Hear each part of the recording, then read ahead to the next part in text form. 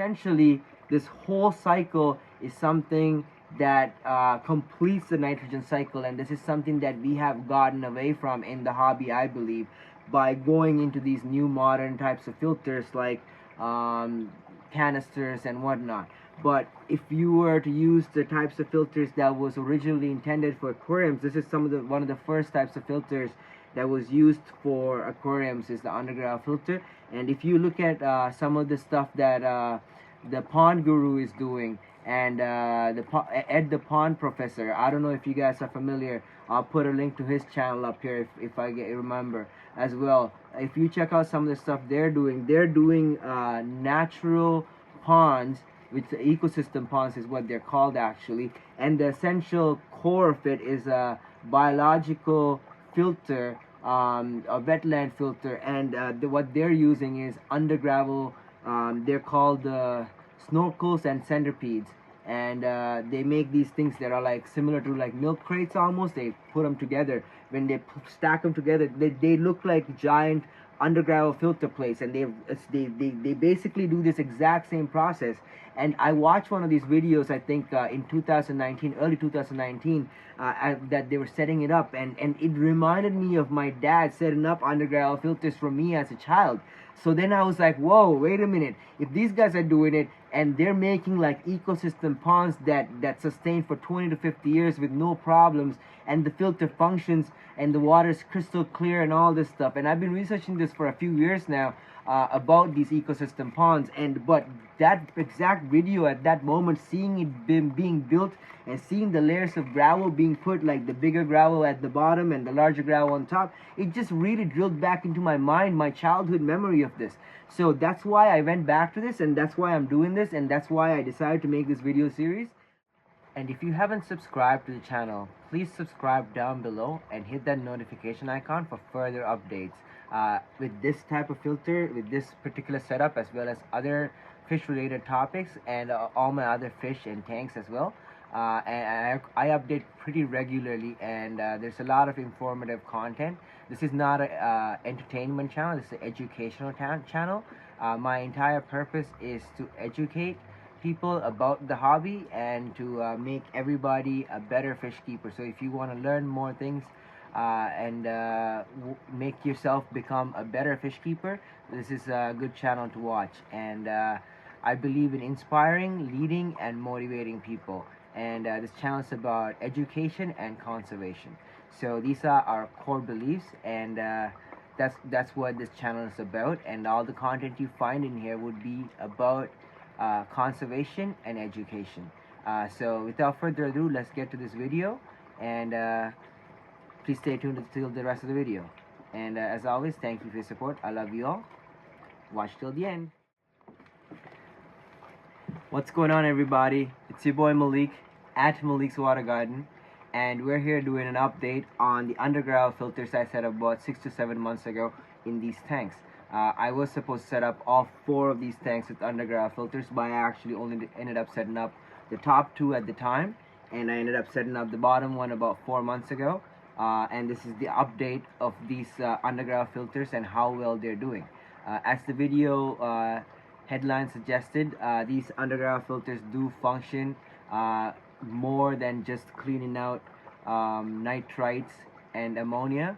It does also have the effect of removing a little bit of nitrates, and I will tell you how that happens, and my results so far in the last 7 months, and how well these filters have been functioning. As the title suggests, it's a little bit deceiving. There is no maintenance tank. You do have to do maintenance in your tanks, and you do have to do water changes regularly. But I have found that with these underground filters, especially in these 2 particular tanks with the heavy plant load as well, the amount of maintenance in terms of water changes I do have to do on these is far less compared to my traditionally filtered tanks that have Matten filters and other types of conventional filters. So with having said that, the plant load in these tanks are much more heavier than the other tanks as well. So I'm pretty sure that does have a part to play in it, in removing some of the nitrates. But I do feel that now, over over the last 7 months, the sand bed, as it got more established, and I'll show you some B-roll footage of that. It has become much more efficient in terms of filtering the tank and keeping the water clean. And as you can see, the water is quite clear. It only has these two filter heads pushing up water. It's a quite reduced amount of flow because these angelfish recently spawned, and I didn't want them to be pushing around the babies too much. So it's still doing quite a good job at filtering this tank. So having said that, let's get to this video and let's look at some of the stuff that makes this function. And if you haven't subscribed, please subscribe down below, because this is a great time to subscribe. And please like this video. Under gravel filters. Am I crazy?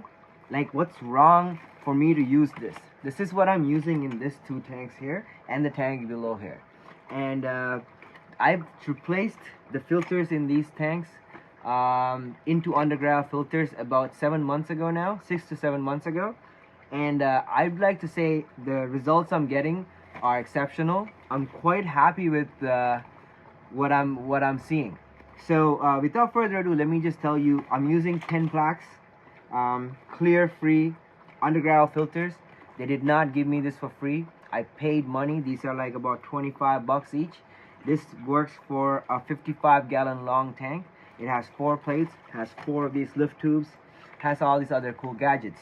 What I don't like about this product, the only thing I actually do not like about this product, is that it comes with the air stone, which clogs up very fast, which needs to get replaced. I'm not using the air stones in these setups because I just don't want them to get clogged up. Okay, so I've removed the air stones, and it comes with these carbon cartridges, which are nice, but I'm not using them as well because just like I don't want to replace anything. But aside from those two things, everything else is designed to last for a very long time. Now, I've had experience with this type of filters when I was a child, and from my childhood experience, I can say that I've had the same type of filters run in my tanks for 10-12 years in my childhood without any issues. And I didn't have to replace the sand beds, I didn't have to change any of the gravel, I didn't have to clean any of this. All I had to do was, like, if it was not planted, I had to do a little bit more gravel whack because a lot more poop will accumulate. But if it was planted, then I wouldn't even have to gravel whack. I would just have to siphon the front if there is any debris. Like, I do not gravel whack this tank. I will show you the sand bed in the B-roll right now, and you guys will be amazed to see how clean the sand is. And there is no dirt in this tank, and the water quality is pristine. Not just in terms of looks, the nitrate levels, ammonia and nitrates are 0. The nitrates are about 20 parts per million in this tank right now. I did a water change a few weeks ago, and it just is very stable. The nitrates do accumulate over time because it is heavily stocked. It has these 2 angelfish. It has a colony of these guppies, breeding colony, as well as 7 L56 plecos. So they're about 3.5-4 inches, and there's also 2 calico super red bristlenose.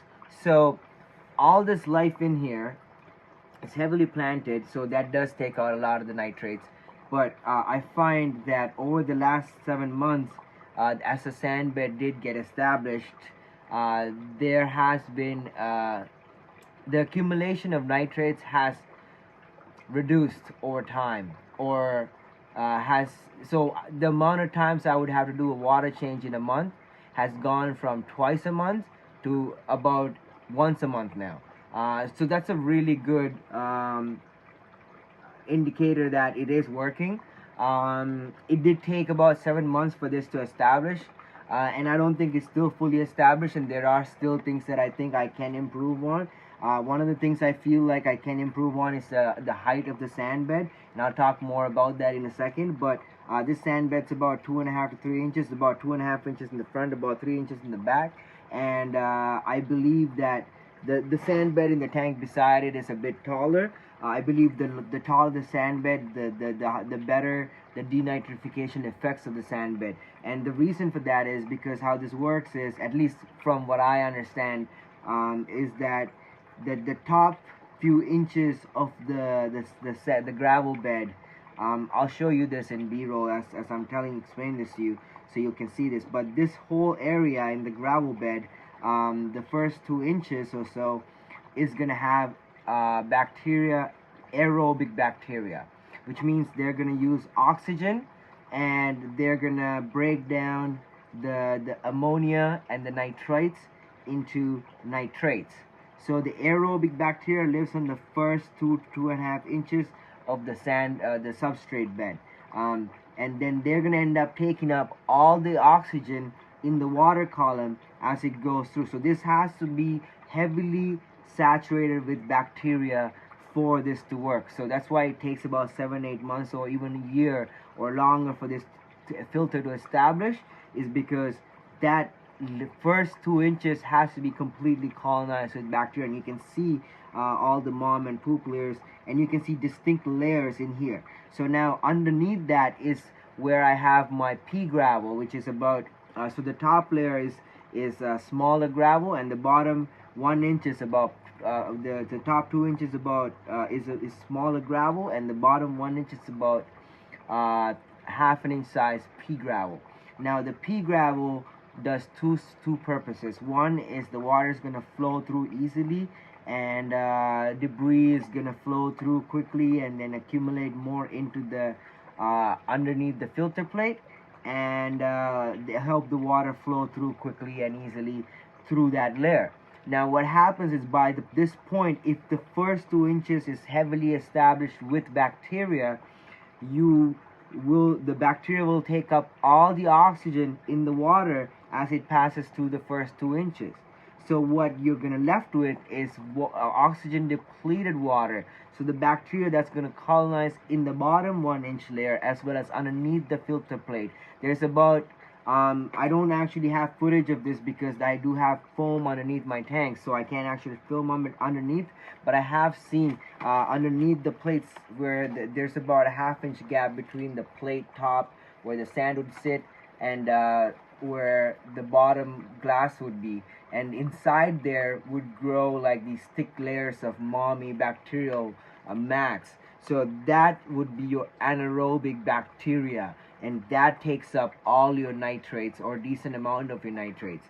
Now this is not gonna mean that you don't have to do water changes in these systems every so often. I still have to do a water change in this tank every 3 to 4 weeks now, but I am noticing that when I first set it up, I was doing water changes at least once a week to every 10 days to keep the nitrates at bay, and now I don't have to do that, even though the stocking level has not changed as much. Actually, it is actually more stock now with the guppies being added. I do have a couple of Siamese algae eaters in here, whatnot, but the two larger fish were already always in here, either these two or a pair of discus, and the 7 plecos have been here since the day I've set up this tank, or like a few days after. They were the first inhabitants of the tank, and they've been in here. They're heavy feeders, they're heavy poopers, they produce quite a bit of ammonia and poop waste, and so having that type of stocking density, I still feel that this is doing a decent amount of job. If this sand bed were to be, if this substrate bed were to be about another inch taller, so 4 inches, then the anaerobic properties would be increased.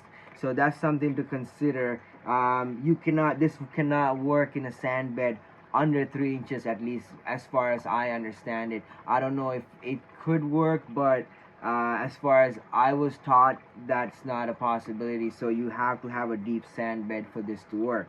Now the next thing is, this can work without the underground filters as long as you have a deep sand bed. But the problem with that scenario is that you will start getting gas pockets. If you have a 3.5 inch, 4 inch substrate bed, you will start getting ammonia pockets or nitrate pockets or whatever, and then those pockets could open up and gas your tank and kill your fish. So that's something to consider. But in planted tanks with the deep substrate bed, that does not seem to be an issue because the plant will suck up all that excess gases that are produced in the substrate bed. So like a heavily planted deep substrate bed tank without the underground filters could still work as a denitrification process. Now, this completes the nitrogen cycle, this anaerobic bacteria. Now, there are other ways to do this. There are people that have anaerobic pockets in their sump. You can have a deep sand bed or a plant bed in your sump in a section. People do have those. I've seen them, especially in marine tanks. They've done those mud beds. So all of these are different ways to create this anaerobic zone that can remove some of the nitrates out of your tank. That does not mean you do not have to do water changes or maintenance. You still have to do regular water changes in your aquariums and regular maintenance and regular testing. If you do not, then things can get out of hand. So that's the update I have for you guys. So this is the next filter plate I'm going to set up on the tank on the bottom here. As well, I'm going to set up another 30-gallon tank on beside me on the left here, as well as one of my display tanks on the outside of this room that you guys have not seen yet. There are two display tanks. There's a 55-gallon and a 50-gallon double rack outside in front of the front door when people walk in, and one of those is going to have 3 of these plates set up, and then these other 2 tanks in here are also going to be on under gravel filters. So those all 6 of these tanks are going to be running on under gravel filters, and I'm going to plan to do updates on these tanks pretty regularly. So please subscribe down below for those updates, as well as other updates of similar nature. And if you haven't, please hit that notification icon so you get updated when this type of videos get uploaded. As always, I thank you for your support. I love you guys. You guys are all awesome, and thank you everybody who has subscribed to the channel. The channel's growing so fast, and that's really amazing. It's an educational channel for aquarium hobbyists. So this is not entertainment. I know it is entertaining to watch, but it is mainly for education. So if you do feel like this is a little bit of an educational channel, that's because it is. It's an educational channel for fish keepers. So I hope everybody is enjoying the channel, and please comment below and let me know what your thoughts are on this topic as well as other similar topics. There are a few other people that make similar content. I will try to put some of their links in here, or actually like highlight their channel on the cards or something like that, so that you guys can also check out some of their content. But essentially, this whole cycle is something that completes the nitrogen cycle, and this is something that we have gotten away from in the hobby, I believe, by going into these new modern types of filters like canisters and whatnot. But if you were to use the types of filters that was originally intended for aquariums, this is one of the first types of filters that was used for aquariums, is the underground filter. And if you look at some of the stuff that the Pond Guru is doing, and Ed the Pond Professor, I don't know if you guys are familiar. I'll put a link to his channel up here if I remember as well. If you check out some of the stuff they're doing natural ponds, which the ecosystem ponds is what they're called actually, and the essential core of it is a biological filter, a wetland filter, and what they're using is under gravel. They're called snorkels and centipedes, and they make these things that are like similar to like milk crates almost. They put them together. When they stack them together, they look like giant underground filter plates, and they basically do this exact same process. And I watched one of these videos, I think in 2019, early 2019, that they were setting it up, and it reminded me of my dad setting up underground filters for me as a child. So then I was like, whoa, wait a minute. If these guys are doing it and they're making like ecosystem ponds that sustain for 20 to 50 years with no problems, and the filter functions and the water is crystal clear and all this stuff. And I've been researching this this for a few years now, about these ecosystem ponds, but that exact video at that moment, seeing it being built and seeing the layers of gravel being put, like the bigger gravel at the bottom and the larger gravel on top, it just really drilled back into my mind my childhood memory of this. So that's why I went back to this, and that's why I'm doing this, and that's why I decided to make this video series. So this is the second installment of this series. If you haven't checked out the last video, please check that out. As always, thank you so much. I will update on this very regularly, so thank you so much for subscribers, and if you haven't, please subscribe. And as always, I love you all. I'll see you on the next video. God bless.